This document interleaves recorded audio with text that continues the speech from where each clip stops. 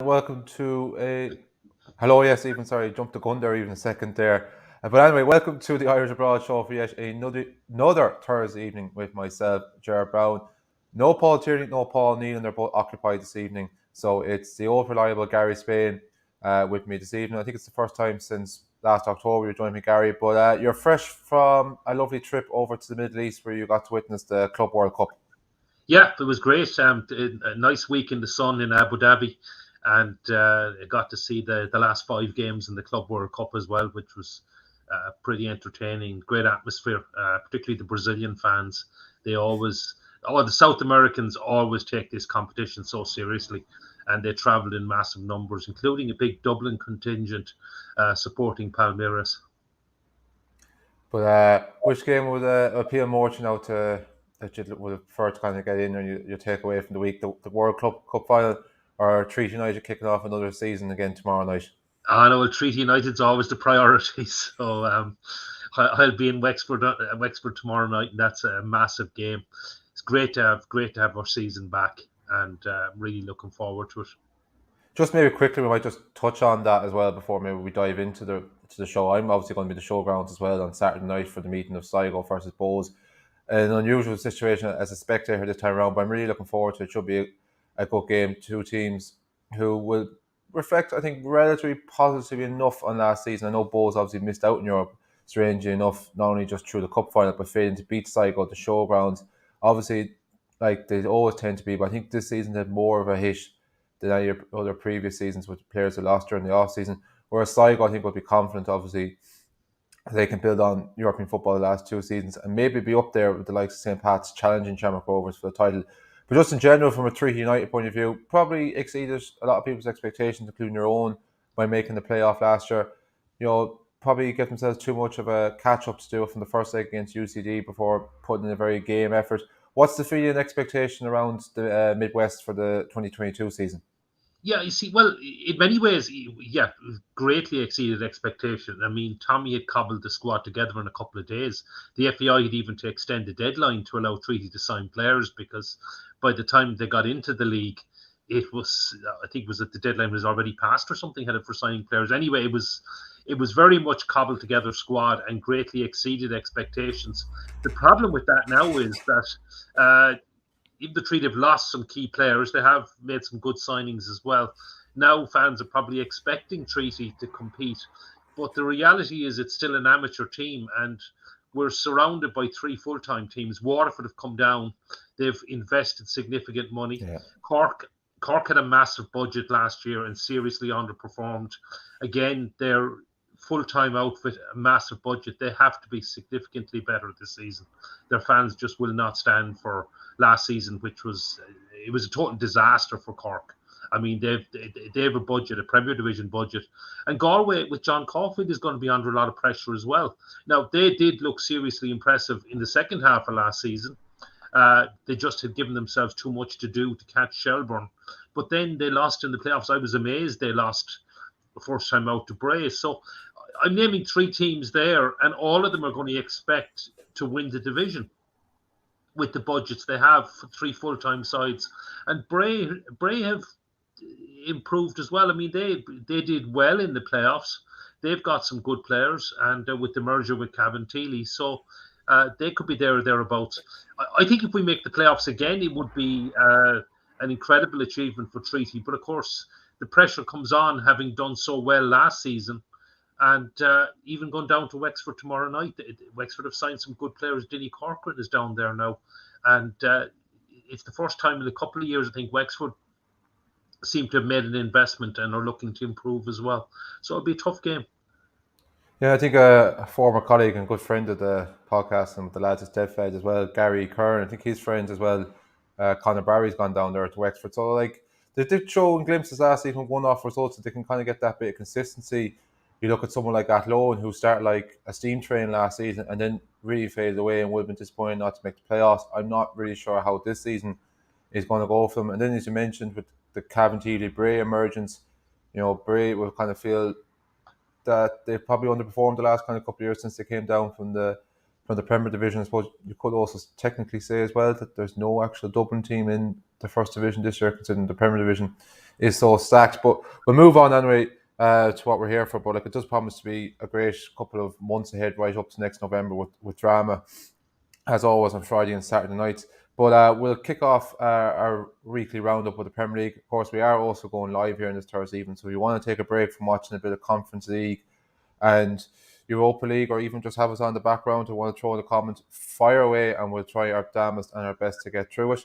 So the Premier League, I suppose Seamus Coleman stole all the headlines from an Irish point of view at the weekend, as he got his first goal of the season as Everton picked up a much needed 3-0 win against Leeds United, and for the first time in a long time he got a strong player rating from the Liverpool Echo, giving him an 8 out of 10 rating, saying rode back the years by popping up in the 6-yard box to open the scoring, led from the front and did not shirk his defensive duties, like being in 2013 all over again. So almost 10 years younger Seamus Coleman, and we know how good he was back then. Just two other Irish involvements in the Premier League over the weekend. Matt Doherty started his second game in 3 as Spurs had another day to forget, this time going down 2-0 to Wolves, who've now leapfrogged them the table.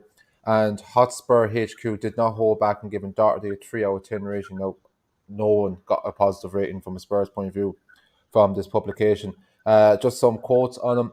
Not nearly good enough from Doherty. He's just not at the level of his opponents or the league. Too slow and always cutting inside to play a lateral pass. Doherty never gets the byline to knocking crosses, makes it way too easy on his opposing number.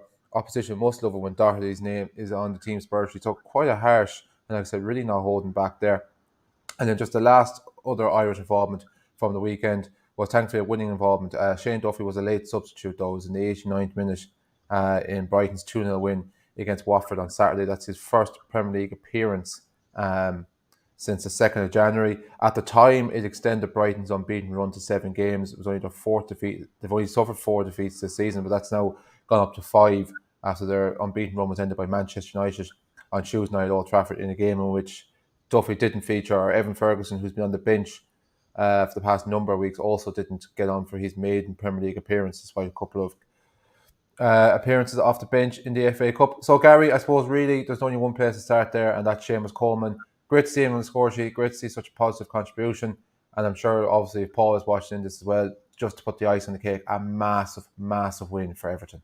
Yeah, a massive win. Everton were getting right back dragged into that relegation battle. And with Newcastle on such a good run, Everton are suddenly the target for the other. If you take it, like, it looks like Newcastle are going to stay up. Then if Norwich, Watford or Burnley are going to stay up, Everton were suddenly becoming the target.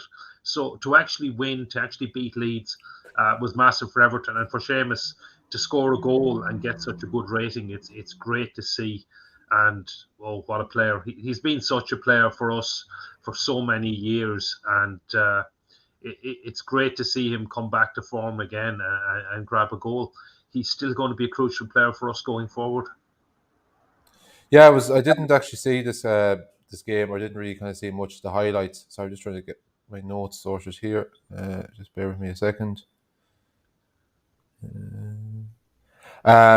But I was saying, yeah, but like just seeing the highlights in the YouTube clips on Sky Sports. Now, look, it doesn't always give away the most from a game, but it was a funny game. Everton could have easily been 2-2 at half time. Like, the two absolute crackers that hit the frame of the goal that had Jordan Pickford beating all ends up. Seamus Coleman's goal wasn't the prettiest goal, but at the end of the day, he got there, and obviously they stamped on that victory with Michael Keane also getting a header and Richarlison in the second half. You just mentioned there about teams kind of getting sucked back in. Do you think, I know it's not really much of an Irish perspective, but Leeds United possibly, although you would kind of still feel that when everyone gets back fit and available in the next couple of weeks, that they will have enough to grind themselves over to safety?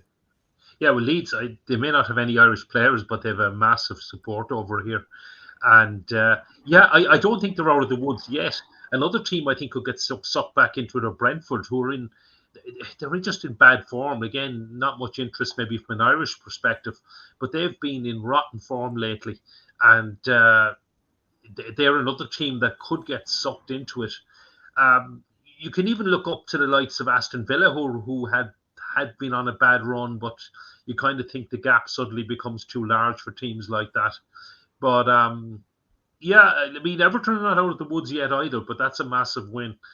Leeds, I think Leeds will probably be okay in the end. Yeah, you'd be hoping, as you mentioned, because they've such a big following in Ireland. But I think in general, the Premier League is much a better place with Leeds United because of obviously the big fan base, the big history, and everything else like that. Like, and I'm there looking at the championship table as well, and you're looking at some golden oldies like previous winners, Blackburn going really strong. You'd love to see them back up. It's been far too long. Someone who's even been much longer, Nottingham Forest making that push for the playoffs. That could be great if we could have the likes of them back and kind of get a retro kind of old school Premier League from the 1990s back again would be absolutely fantastic. Just one last thing on the Premier League. Just is there a bit of echo coming from this? Oh, it seems to be gone there now. Just thought there was a bit of feedback there, but seems to be all okay now. Just one last thing I was saying there on the Premier League. It's also positive about Seamus Coleman, the man who has often been fighting for his number in the Irish team, Matt Doherty. As we touched on there, a bad day for Spurs. I've said this before in the show. I haven't been convinced at all by Antonio Conte since he's taken over. They've won a couple of games, yeah, but they bet teams who should be beaten. I can't say at the top of my head, but I think you'd be doing well to find if they've even beaten a team in the top 10 since he's taken over. And even though they've got games in hand, they've a lot of work to do to make that top four. And it doesn't help as well that even though Doherty's getting more game time the last kind of couple of weeks, doesn't seem to be overly grabbing the opportunity by the sounds of things.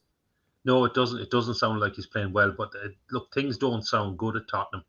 The No. only kind of the one decent win, and the one I was actually watching, they were losing to Leicester in the 95th minute and actually scored twice to win. That was an incredible win for them. But things have gone a bit pear-shaped since. They've lost 3 in a row. Couple of bad home defeats and that. And next up, they have Manchester City on Saturday. So it's starting to look like 4 in a row. And some of the comments Antonio Conte made in Sky Italy this week don't sound good as well. He doesn't seem like a happy bunny. And I mean, Tottenham have gone and got themselves an elite manager.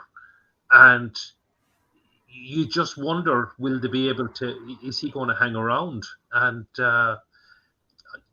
is Daniel Levy going to back him? Because I imagine he's going to want to spend serious money in the summer. And he didn't seem too happy with the January transfer window. It was 4 out and 2 in. So yeah, it's tough times because they've built that. Well, it is a magnificent stadium. I haven't been in it yet. I really want to go and see it actually, but I haven't managed to get over to a game there. But it looks fantastic on TV, and one of the best stadiums in the Premier League now. But as of now, they don't have a team befitting of that stadium. No, as you mentioned, they play Manchester City this weekend, and obviously as a Liverpool fan, I'm trying to find any inkling where City are going to drop points. You're thinking Spurs, one of them so-called traditional, well, I wouldn't say maybe traditional, but definitely so-called top 6. And I'm like, no, they're not going to drop points in that game. I think they could actually wipe the floor with them. I think they bet them it's a similar fixture last season, 3 or 4-0, and I think it could be a very similar scoreline again on Saturday evening. I kind of said as well, Antonio Conte, I thought it was going to take time. I thought it might be the summer where he can get a good bit of dead weight out, get kind of players in, stamp his authority, make it his own team. But as you say, like in general, because results are kind of so bad at the moment, the general echoes come out the club. And given he's the type of manager that doesn't really hang around somewhere kind of too long, there's a good possibility, as you say, he might actually just jack it in and walk during the summer. Because like you said, Daniel Levy's not exactly a great man for handing out the checkbook. But we'll move on to the Championship. I didn't quite get around to do my usual weekly roundup of who played in the Championship in my notes this week. So I'm just going to run through basically who's kind of did what from an Irish point of view in the positive headlines in the Championship for the last kind of couple of weeks and last couple of days. And thankfully it's been really positive. I suppose obviously the main one is Aaron Connolly finally breaking the duck for Middlesbrough. Seth and Paul here talking last week found it a bit strange. He didn't take a kick in the shootout against Man United, but got a big goal as Middlesbrough continued their push for the playoffs by beating Derby 4-1. A bad defeat for a Derby side who have been in pretty good form lately. Joe Bagel, he's had a very good week to remember. He scored first on Saturday. Unfortunately, on that occasion, it was not enough for Cardiff. They went down 2-1 to Millwall. But when he found the back of net on Tuesday night, it was better fortune as they back commentary 2-0. Cardiff are in that kind of situation where they really don't have much to play for. I think they're probably going to be safe. They have a nice cushion, a nice gap. Definitely not going to make the playoffs. I suppose their case is just keep winning to make sure they don't get sucked into a relegation battle. It really looks like it's going to be 3 from 4 in the Championship between Derby, Peterborough, Reading and Barnsley. And just as where on Saturday, Alan Browne got an assist for Preston. Just trying to find, for Preston as they bet one of them struggling teams that I mentioned. Peterborough 1-0 away. Preston, like a couple of teams, have found a bit of resurgence in the last while, and one of those teams that would fancy their chances of sneaking into the playoffs so they can keep going the way they are. Then on Sunday, Michael Obafemi, we talked about him last week. Great to see him get a goal. He's gone and got another one as Swansea bet Bristol City 3-1 on Sunday.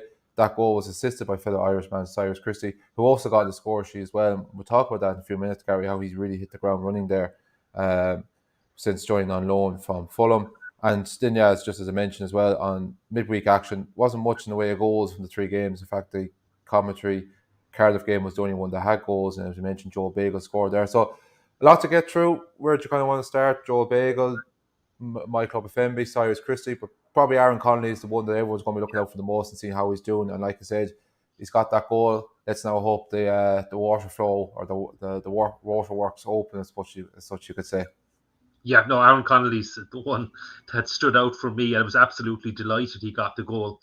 And look, he needs. I'm a big fan of Aaron Connolly. I think a fit in firing Aaron Connolly does automatically start for us. And we haven't seen that lately, but it's great that he got a goal. And hopefully he can go on a run. Middlesbrough in fantastic form. As you said, knocked Manchester United out of the FA Cup, albeit on penalties. Fantastic 4-1 win over an informed Derby, a Derby side that had picked up some impressive results lately. And Middlesbrough are well in the hunt for the playoffs, if not even to possibly, if they went on a fantastic run, even sneak automatic promotion as well. But they look like one of the form teams. And it'll be great if Aaron Connolly is firing on all cylinders for them.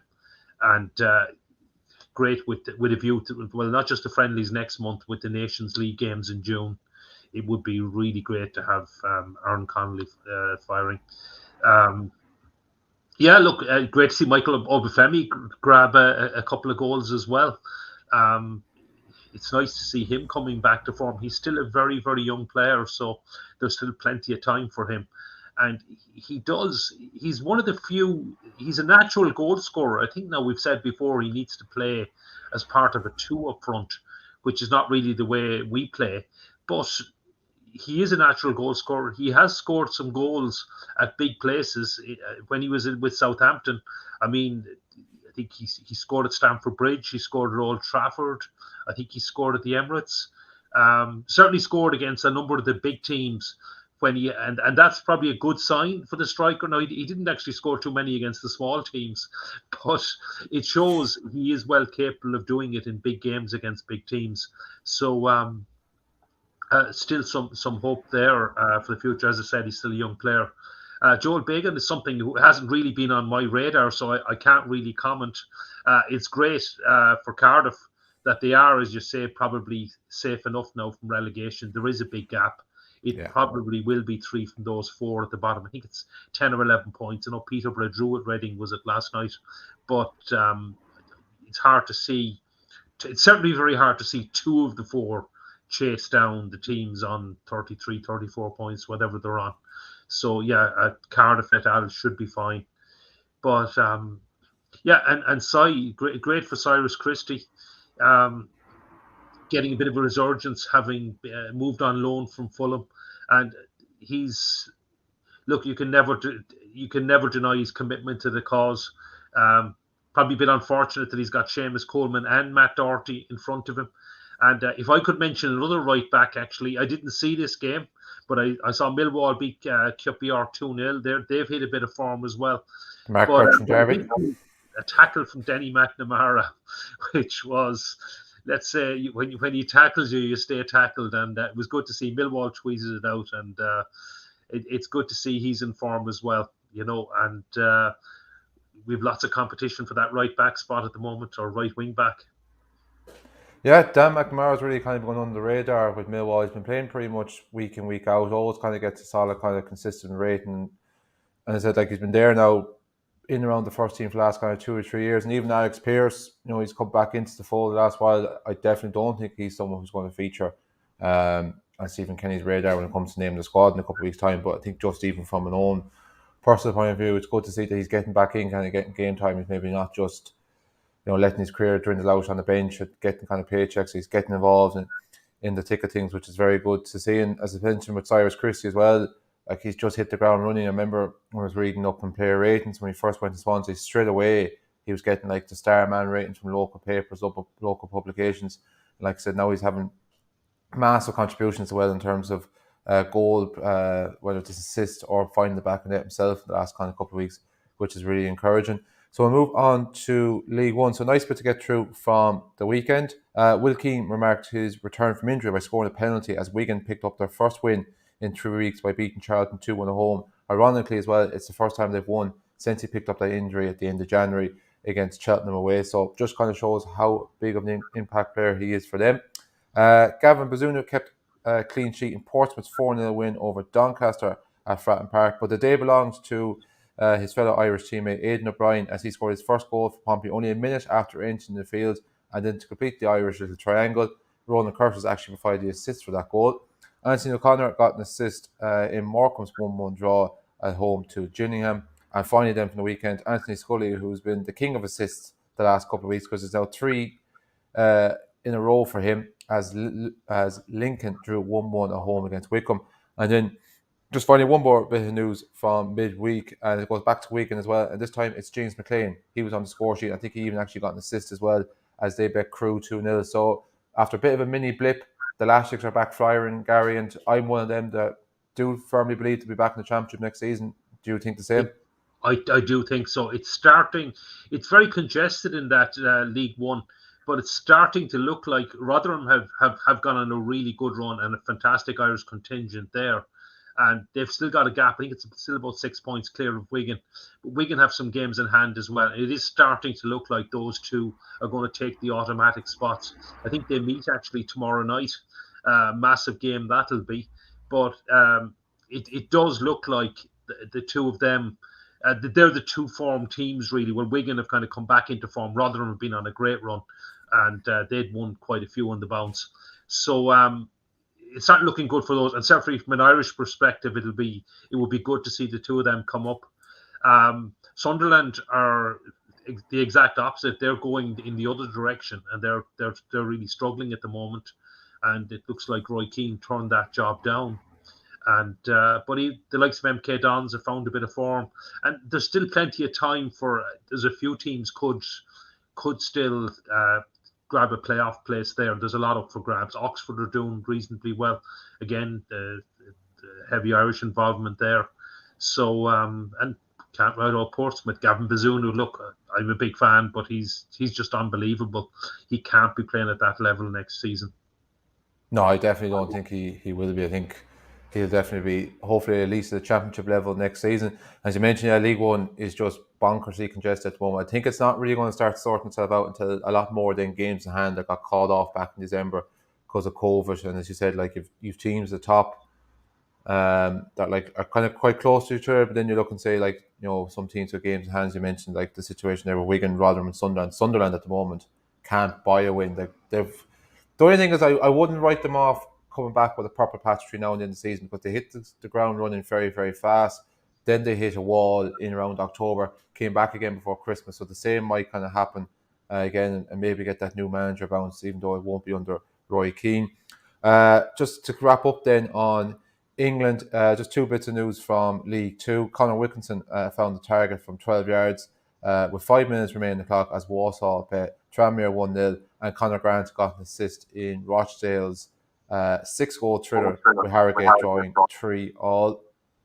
Just before then we move on to Scotland, we'll just give us our usual Josh Cullen roundup as well from Belgium, as he was on the Anderlecht team that bet Weregerm 2-1 away from home. A couple of early goals were crucial in that win for Anderlecht, and we touched on it last week, Gary. If Josh is to stay with Anderlecht in the summer, it's vitally important that they are at least playing European football to keep that attraction.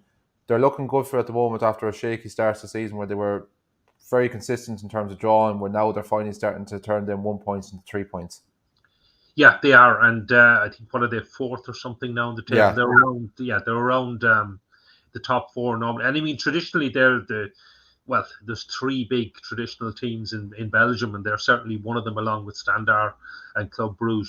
But again, we've got shock league leaders. Great to see it, actually. Newly promoted Union Saint-Gala looked like they were actually going to win the league. And just obviously no Irish involvement there, but it's nice. It's just nice to see. It would be crucial. I would love to see Anderlecht get European football. And I mean, they are. Look, the Belgian league is a quality league, and Josh is playing with a big club in that league, and he's obviously very happy. So certainly, I'm not going to knock it. It's great to see, and but European football would be a nice bonus and another test for Josh. So good to see. Hopefully, Anderlecht will finish up in the European places. Yeah, they were there last year, and kind of to maybe it wasn't as much of a shock as I thought it was, but to my surprise, they didn't make the group stages of the Europa Conference League. I thought they would beat Features Yarmouth, like on the basis of the evidence of what I've seen from them against Dundalk. Now, whether you can say they're really worthy of a place in the knockout stages of the Europa Conference League, they are there one way or another. Again, another story just happens to be a negative reflection on Spurs. I suppose nothing they could do about COVID back in December. But yeah, I definitely think if they end up in the Conference League, like it's unlikely they're going to end up in the Champions League, that they will not even just want to make the group stage. I think they'll want to go deep in that competition. We move on to Scotland. Obviously, of course, there could be Irish involvement in the Europa Conference League tonight. Celtic kicking off against Bolo Glynn at Hampden Park, Celtic Park, in about 15 minutes' time. But we do know what happened from over the weekend. Jake Carroll, Motherwell, and Johnny Hayes, Aberdeen, both picked up yellow cards as Motherwell advanced 2-1 to the last day of the Scottish Cup with a win there. I should mention it was Cup weekend in Scotland on the weekend gone by. Conor Ronan got an assist for St. Mirren as they avoided an upset by beating Keeley Hearts 4-0. And I do mention the possibility of an upset because Keeley Hearts knocked out Hearts in the competition last year, so they were a little bit forewarned going into that game. Charlie Dunn, Alan Power, and Joe Shaughnessy also all lined out for Jim Goodwin's charges. Jake Doyle-Hayes played 90 minutes as Hibs beat Arbroath 3-1 at home, or 3-1 away even, to make it into the next round. Liam Scales got the opening goal as Celtic trashed Rate Rovers 4-0 at Celtic Park. His second goal of the season, as I mentioned, could be another European appearance from tonight in that game against Bolo Glynn. That Celtic, again, could be a real banana skin. Bolo Glynn's done the double over Roma in the group stage of that competition, so that has a banana skin in capital letters written all over for Celtic. And finally, Ian Lawler in goals and Ryan Shaughnessy outfield helped Dundee to a 3-0 win over Peterhead to also make it into the last 8. I suppose, once again, the big attraction there is Liam Scales finding the back of net, and as I mentioned there, it's not the competition Celtic wants to find themselves in, but European nights at Parkhead are special, and as I mentioned, it has the makings of being a tie, not just a game tonight that's going to go right to the wire against Bolo Glynn. Yeah, it's a tough. I mean, in Glasgow, Celtic are always going to look at Rangers playing Borussia Dortmund and actually getting an incredible win there in Dortmund. But Celtic, they're up against the Norwegian champions who've ended up down in the Conference League in the end. And I'm sure the Celtic fans will expect them to win the tie, but it is a banana skin. They will be a decent side. Liam Scales, I see, is actually on the bench. I just checked the lineup there. It was some goal from him. Not only did he get the opening goal against Wraith Rovers, it was quite a strike from outside the box, and he caught it so sweetly, and it flew into the net. And so I'm a little bit disappointed he didn't get to start. But I mean, I don't think he's getting quite a bit of game time with Celtic, but he's not quite first choice yet. And but still, good to see him on the score sheet, and maybe he'll get some time off the bench this evening. Yeah, and any involvement there for James McCarthy as well? Actually, I didn't see if he's not starting. Yeah, he was named on the bench in that cup tie, but also didn't actually come on. Yeah, as well. he's on the bench as well. He's actually on the bench. Yeah. So fingers crossed there for Celtic. Like I said, I think it doesn't matter what result they pull off tonight. They're going to be outdone by their neighbours, Rangers, with that massive result going away to Germany and beating Borussia Dortmund 4-1. As much as Celtic fans won't like to say it, I don't really, or won't like to hear it, I don't really like saying it myself, it's probably the best result from a Scottish team in Europe since... How long ago would you say, Gary? Did Rangers get a result against... It was 4-2 actually, Jared. Dortmund did done a goal back. But, yeah, I mean, best result... Did Rangers draw with Barcelona just before Pep Guardiola took over the group stage of the Champions League one year? Would have been... Celtic beat Barcelona as well, and that's right. Sorry, 2012. Yeah. Celtic beat Man United. Rangers went to Lyon and beat Lyon as well, but I would even think that was in the Champions League if I remember rightly. But there have been some impressive results, but I certainly didn't see that one coming. To actually go to Dortmund and put 4 goals past them is unbelievable. And it does just put that extra bit of pressure on Celtic now, because Celtic will be expected to win the tie tonight. Whereas I think it was, in many ways, it was a free hit for Rangers. Had Rangers lost 3 or 4-0, I think their fans would easily have forgiven them and said, yeah, well, Borussia Dortmund, they shouldn't even be in this competition. They should be in the Champions League, Yeah, I don't think with that goal back from Borussia Dortmund, it's not beyond the possibility that they could at least win by 2 goals and bring it to extra time next week. So that will be a juicy one to watch next Thursday night. Finally, just one last bit of other news that I have. It's from the A-League. Jay O'Shea played the full game for Brisbane Roar yesterday as they were beaten 3-0 away by Wellington. Phoenix. They're having an up and down season. Brisbane, just checking the table here, they actually are second bottom, so they're having more of a down than an up season on 11 points. But Jay is someone obviously who started his trade in the League of Ireland, the likes of Galway and Bray Wanderers. What would you kind of remember much about Gary, myself, and Paul? You probably a little bit maybe Paul might know more, but it's kind of a little bit before my time, before I possibly would have even got into the League of Ireland. So I wouldn't have been that familiar with his kind of career. Would he have been someone you would have even kept an eye on once he went over to England in the early parts of the last decade?